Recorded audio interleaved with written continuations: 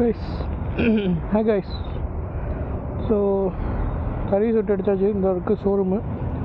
இந்த இங்கே இப்போ பர்கர் கிங்கில் லைட்டாக சாப்பிட்டுட்டு லேட் ஆகிடுச்சு. காலையில் விட்டுட்டு போனோடனே டயர்டாக இருந்துச்சுன்னு தூங்கிட்டேன். அதுக்கப்புறம் இந்த வீடியோ எடிட் பண்ணி பார்ட் 1 போட்டது. அதுக்கப்புறம் தூங்கிட்டேன். அப்புறம் வந்து இப்போ 4:30 மணிக்கு கால் பண்ணாங்க, ரெடி ஆகிடுச்சு வந்து எடுத்துங்கன்னு. அது ஒரு மாதிரி எனக்கு ஜாலியான இது தான்.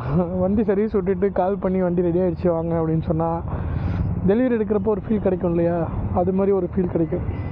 அது எக்ஸ்பீரியன்ஸ் பண்ணப்போ தெரியும் எனக்கே. ஏன்னா இதுக்கு முன்னாடி தெரியாது.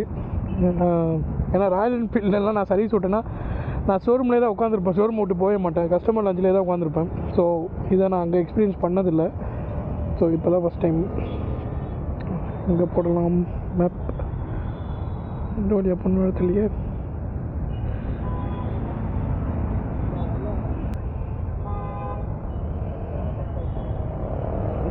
Start navigation. ஓகே,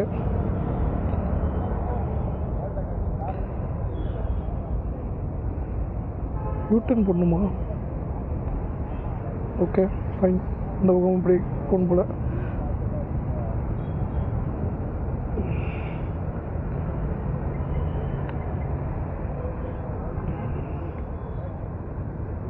பிரிட்ஜு மேலே தான் இருக்கும், ஏரியோடைய போக வேண்டியதான்.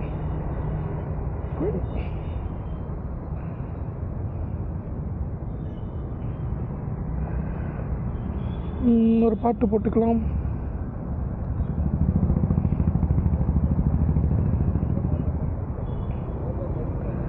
பேக்கை வச்சுட்டு வந்துட்டேன் கைஸ். பில்லே நான் சட்டக்குள்ளே தான் வச்சுருக்கேன் சும்மா. ஏம்மா வண்டி ஸ்டார்ட் பண்ணி பார்த்தேன். நான் முன்னாடி இருந்ததுக்கு இப்போது டிஃப்ரென்ஸ் தெரியும்னு சொன்னாங்க. இதுங்க பார்ப்போம். எப்பா அங்கேருந்து ஷோரூம்லேருந்து இங்கே சும்மா ஓட்டிகிட்டு வந்தது தான். அதில் ஒன்றும் நான் கண்டெல்லாம் பிடிக்கல. பிரேக் ஏதோ பண்ணியிருக்காங்க கைஸ், டக்கு டக்குன்னு பிடிக்குது ஒரு மாதிரி.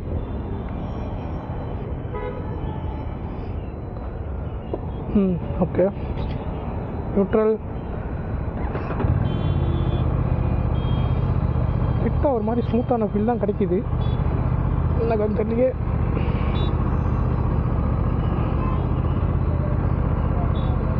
ஓகே போகலாம்.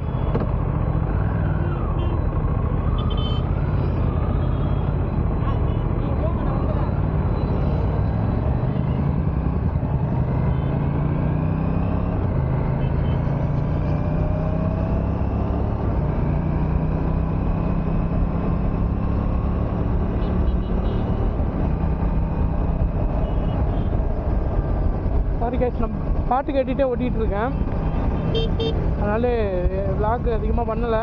அதனால் நீங்கள் வண்டி எப்படி இருக்குது அப்படின்னு சொல்லிட்டு சும்மா என் கூட நீங்களும் ட்ரைவ் வாங்கலாம்.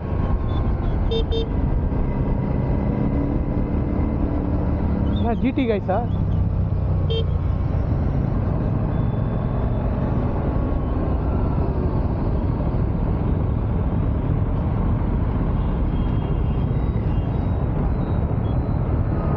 யூட்டன் போடுறதுக்காக பிரச்சனை.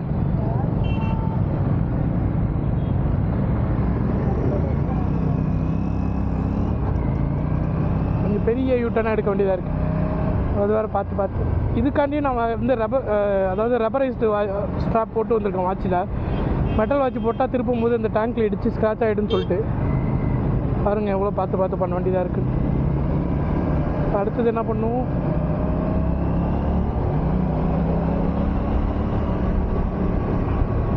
ஓகே, மேப் ரொம்ப முக்கியம். நான் மேப்பை பார்த்தா உயிர் வாழ்ந்துக்கிட்டு இருக்கேன் இங்கே. ஸோ லாக் பண்ணிவிட்டு மேப்பை விட்டுட்டேன்னா அப்புறம் சிக்கலாக போயிடும்.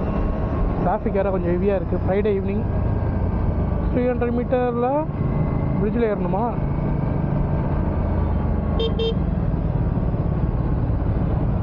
Keep right at 4 Kaveri hospital. ஏன் காவேரிக்கு கே போட்டிருக்காங்க சிக்கு பதிலாக? நியூமராலஜியா என்னவா இருக்கும்? இங்கே தானே யாரோ பெரிய ஆட்கள்லாம் இங்கே தானே அட்மிட் ஆவாங்க ஏதாச்சும் ஆனிச்சுன்னா.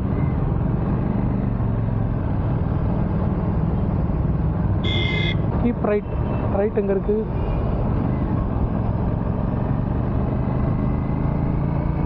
ஓகே, ரைட் எடுக்கணும்.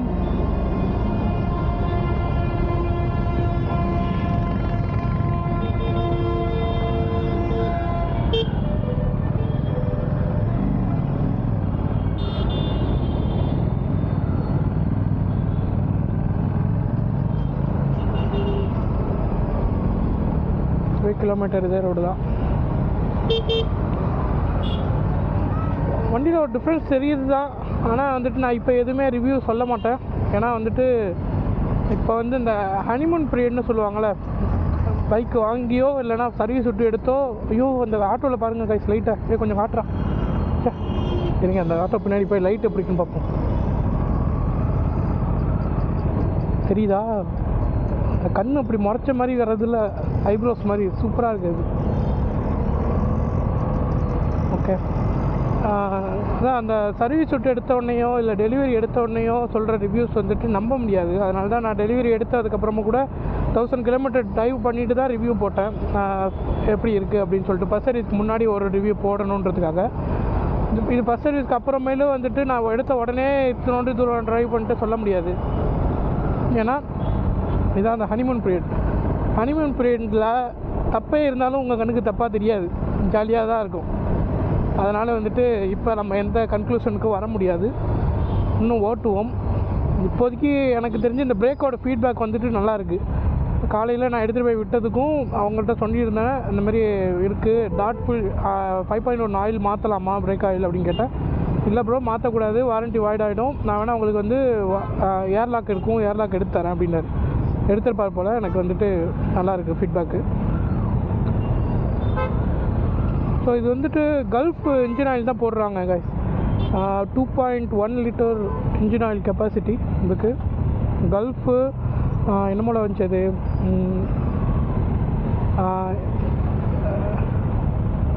Gulf SF super bike FSO என்னமோ ஒன்று, ஒரு மாதிரி கோல்டு கலர் பாக்ஸாக இருந்துச்சு. ஃபுல்லி சிந்தட்டிக் ஆயில் அதுதான் அதுக்கு போடுறாங்க. அது 1 லிட்டர் வந்து 800 ருபீஸு. 2.1 லிட்டர் 2000 சம்திங் சார்ஜ் பண்ணியிருந்தாங்க. ஓகே, பாருங்க, இந்த நெக் டு நெக் டிராஃபிக்கில் கூட என்னால் 3rd கியரில் அப்படியே ஈஸியாக மேனேஜ் பண்ண முடியுது. ஒன்றும் தட்டுறதோ அந்த மாதிரிலாம் எந்த ஃபீட்பேக்குமே இல்லை, அது பாட்டுக்கும் போகுது. இதோ நான் 0க்கு வந்துட்டேன், அப்போயுமே 3rd கியரில் என்னால் மூவ் பண்ண முடியுது. ஸ்டட்டில் ஆகி நிற்கிற வேலையெல்லாம் கிடையாது, அது பாட்டுக்கும் போயிட்டுருக்கு. அது ஒரு நல்ல விஷயம். டியூக் 390 இந்த மாதிரி ஓட்ட முடியும், ஆனால் வந்துட்டு ரொம்ப கஷ்டப்பட்டு அதை கண்ட்ரோல் பண்ணுற மாதிரி இருக்கும். 3rd கியர்லலாம் இந்த மாதிரி நெக் டு நெக் டிராஃபிக்கில் மூவ் பண்ணிங்கன்னா கண்டிப்பாக ஆஃப் ஆகிறதுக்கு வாய்ப்பு இருக்குது. நிறையா 90% ஆஃப் ஆகிடும்.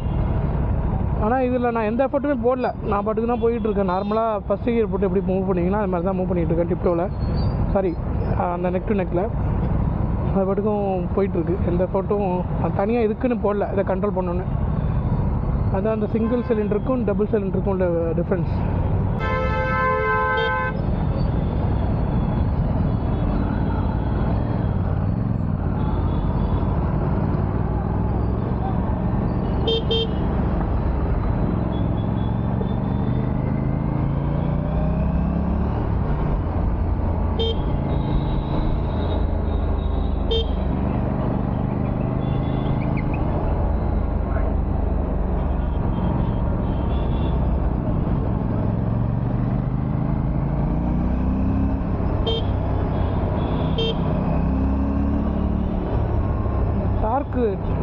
டார்க்கி பிஹேவியர் தான்.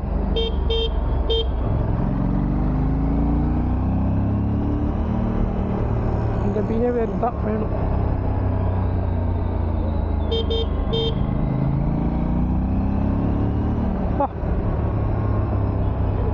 எந்த கியரில் இருக்கப்ப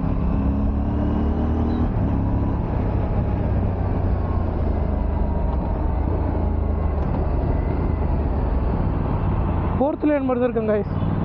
எப்போயுமே அது பாட்டுக்கும் சல்லுன்னு இழுத்துட்டு போகுது. இழுக்க நான் கீரை டவுன் பண்ணுற வேலையோ இல்லை ஹாஃப் கிளச்சில் விட்ற வேலையோ கிடையாது, இழுத்தா அது பாட்டுக்கும் பிடிக்கிட்டு போகுது. அந்த ஒரு க்ரௌலிங் இருக்குது இழுக்கிறப்போ, அந்த லோ எண்ட்லேருந்து ஒரு பேஸியாக ஒரு க்ரௌலிங் இருக்குது, அது எனக்கு பிடிச்சிருக்கு. அந்த இதுதான் அந்த 270 degree crank firing order, uneven firing ஆர்டரோட அந்த கேரக்டர். என்னடா அவன் ஓவராக கேரக்டருங்கிறான்னு ஒரு பில்டப்லாம் பண்ணுறான்னு சொல்லாதீங்க. அதை பற்றி நீங்கள் இந்த வீடியோ இவ்வளோ நேரம் பார்க்குறீங்கன்னா உங்களுக்கு தெரியாமல் பார்த்துருக்க மாட்டீங்க. இந்த வண்டி ஏன் ஸ்பெஷலு, இதில் என்ன இருக்குதுன்னு உங்களுக்கு தெரிஞ்சு தான் இந்த வீடியோ பார்த்துட்டு இருப்பீங்க. இல்லைனா ஏன் நீங்கள் உங்கள் டைம் வேஸ்ட் பண்ண போகிறீங்க. ஸோ அதனால் வந்துட்டு உங்களுக்கு தெரியும், தெரிஞ்சவங்களுக்கு தெரியும். ஸோ அவங்களுக்காக நான் ஒரு ஃபீட்பேக், இப்படி தான் இருக்குது, நல்லா இருக்குது பிஹேவியர் அப்படின்னு சொல்லிட்டு. ஸோஃபார் எந்த மேஜர் இஷ்யூஸும் நான் ஃபேஸ் பண்ணல. இப்போ வரைக்குமே ஷோரூம்லேருந்து எடுத்து இவ்வளோ டிராஃபிக்கில் ஓட்டு வந்திருக்கு. இன்னும் ரேடியேட்டர் ஆன் ஆகலை, நார்மலாக தான் போயிட்டுருக்கு. இருங்க, எனக்கே சந்தேகமாக இருக்குது, ஆன் நினச்சா இல்லையா. ஆன் ஆகலை ஒன்றும். ஆன் ஆகுனா சைடில் அடிக்கும் புச்சு புச்சுன்னு கையிலேயே.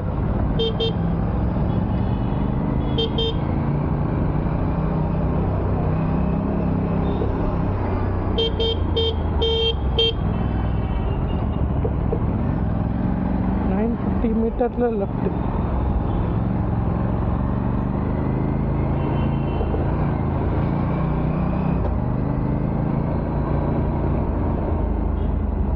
Hey Siri, play next song.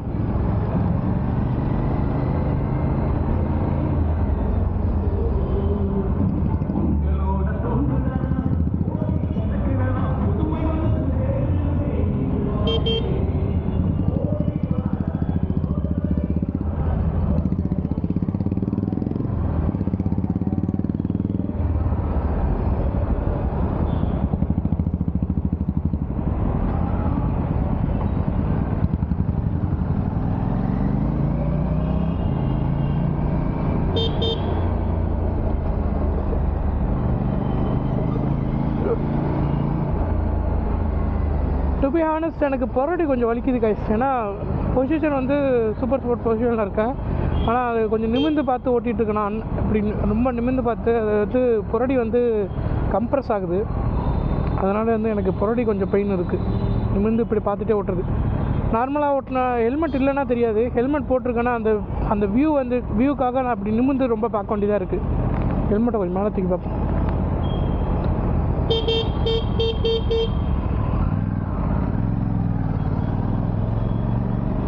இப்போ கொஞ்சம் பரவாயில்ல, ஹெல்மெட்டை கொஞ்சம் தூக்கி விட்ருக்கேன். 300 மீட்டர் லெஃப்ட்டு.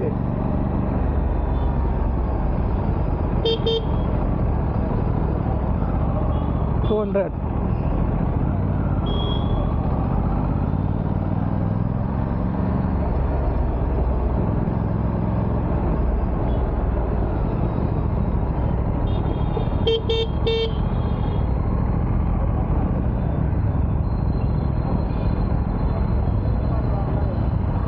ஐயோ, அதுக்கு முன்னாடி உள்ள லெஃப்ட் எடுத்துட்டணும்.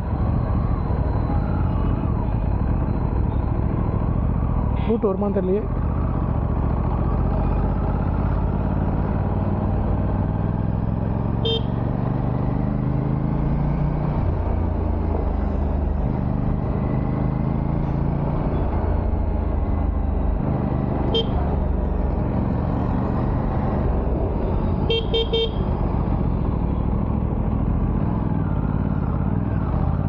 காதில் சொல்லிக்கிட்டு இருக்கு டர்ன் ரைட் டர்ன் லெஃப்ட்னு.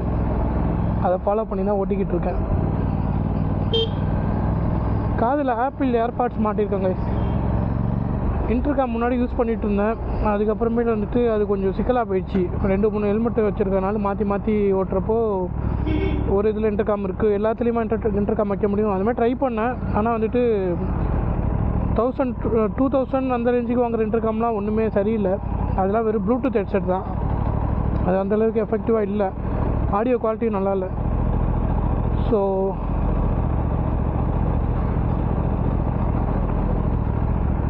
அதனால ஆப்பிள் ஏர்பாட்ஸ் வந்து இப்போ ஹெல்மெட்குள்ளே போட்டிருக்கேன். அது பாட்டுக்கும் பாட்டு ஓடும்.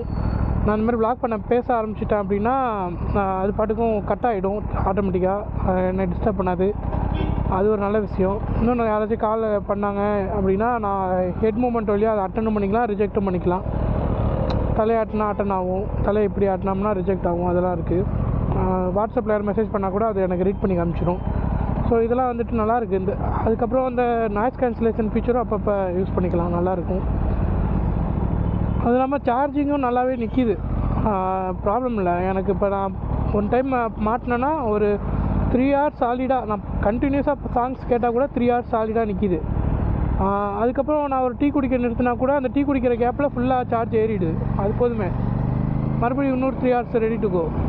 அதனால நான் ஏர்பாட்ஸை யூஸ் பண்ணுறேன். ஸோ எந்த ஹெல்மெட் நான் போட்டு போனாலும் அதுக்குள்ளே போட்டு போயிடலாம், ஈஸிலி அடாப்டேபிள்.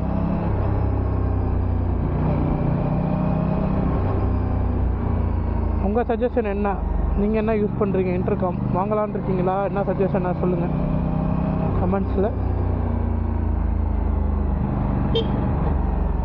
Turn left.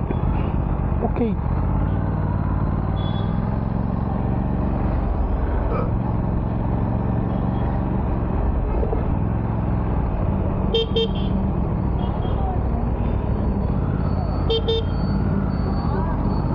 ஆனால் கூகுள் மேப்ஸுக்கும் இதுக்கும் ஒரு டிஃப்ரென்ஸ் இருக்குது. என்னென்னா கூகுள் மேப் வந்துட்டு நான் என்ன சொல்கிறது, ஹைவேஸை தான் ப்ரிஃபர் பண்ணுவோம். ஆனால் இது என்னன்னு தெரியல, ரொம்ப இன்டீரியர் ஸ்ட்ரீட்ஸு இந்த மாதிரி ஷார்ட்கட் ரூட்ஸ் தான் ப்ரிஃபர் பண்ணி இது காட்டுது. நான் எதுவும் ப்ரிஃபரன்ஸில் வைக்கல. பை டிஃபால்ட்டாக அந்த அப்ளிகேஷனில் மேப் போட்டேன்னா அது அப்படி தான் அந்த ரூட்டில் தான் கூட்டு போகுது இன்டீரியராக.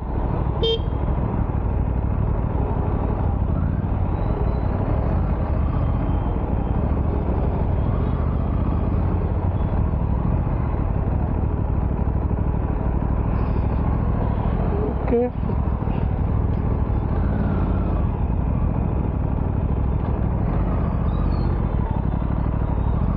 ரைட்டா?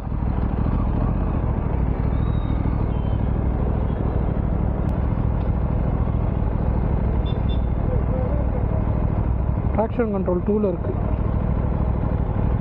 ஒன்றில் மாற்றிப்போமா?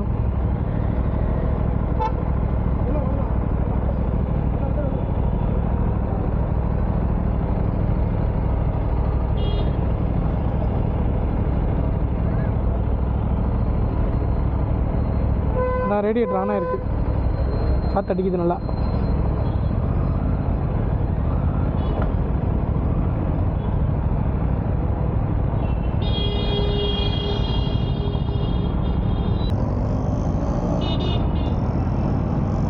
டனல் வந்துருச்சு. டனலில் ஓட்டுறதுக்கு சூப்பராக இருக்கும்.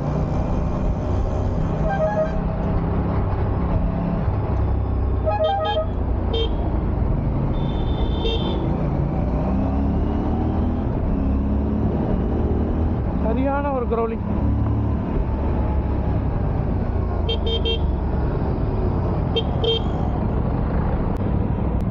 ரேடியேட்டர் ஆனாகி கொதிக்குது காய்ஸ். சாவிலாம் ஹீட் ஆகும் தெரியுமா இல்லை? இதில் நல்ல வேலை இதில் மெட்டல் டேங்க்கில் கொடுக்கல. காலில் வந்து ஒரு மெட்டல் டேங்க்கில் கொடுத்துருந்தாங்கன்னா நின்றுட்டு இருந்த நேரம் 70 காமிச்சிட்டு இருந்த ரேஞ்சு 65 ஆகிடுச்சா, 5 கிலோமீட்டர் போச்சா.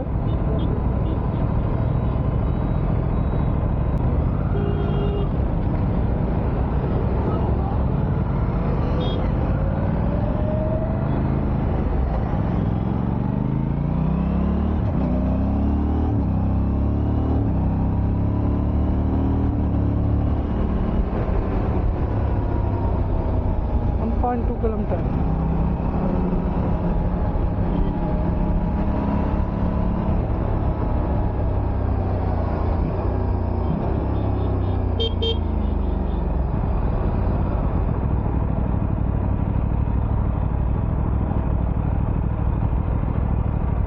மேக்ஸிமம் டிராஃபிக்கில் வந்து நின்றீங்கன்னு வச்சுக்கோங்க, இந்த மாதிரி ஹை ஸ்பீட் இன்ஜின்ஸில் எல்லாத்துக்குமே, ரேடியேட்டர் இருக்கிற வண்டிக்கெலாம் சொல்கிறேன், வண்டி ஆஃப் பண்ணாதீங்க. ஏன்னா வந்துட்டு கூலண்ட் ஆயில் வந்து இன்ஜினில் ஃப்ளோ ஆகாது. வண்டி இந்த மாதிரி நியூட்ரலில் போட்டு ஆன்லேயே வச்சிங்கன்னா தான் ஆயில் சர்க்குலேஷன் இன்ஜினில் இருக்கும். இல்லைனா ஃபேன் மட்டும்தான் ஓடும். நீங்கள் இன்ஜின் ஆஃப் பண்ணிட்டீங்கன்னா அந்த கூலண்ட் ஃப்ளோ இருக்காது இன்ஜினை சுற்றி. ஸோ ஹீட் இன்க்ரீஸ் தான் ஆகும். அதனால் இந்த வண்டிலாம் டிராஃபிக்கில் நிறுத்துகிறப்போ நீங்கள் வந்துட்டு இன்ஜின் ஆனில் வச்சு ஐடிலிங்லேயே விட்டுறணும். 950 மீட்டரில் லெஃப்டாக.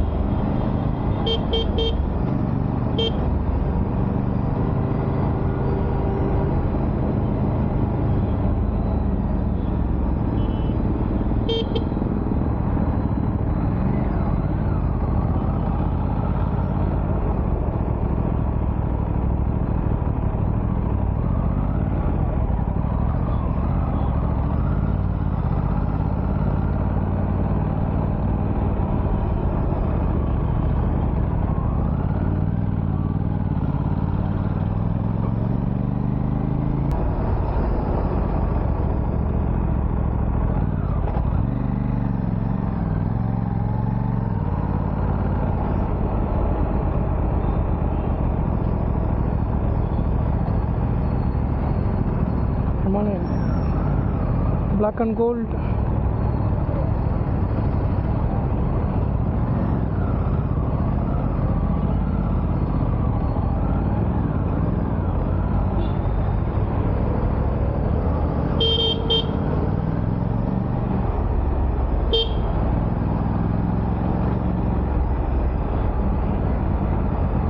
திடீர்னு நாகூர் ரோட்டுக்குள்ளே வந்த மாதிரி இருக்குது எங்கள் ஊர் சைடு.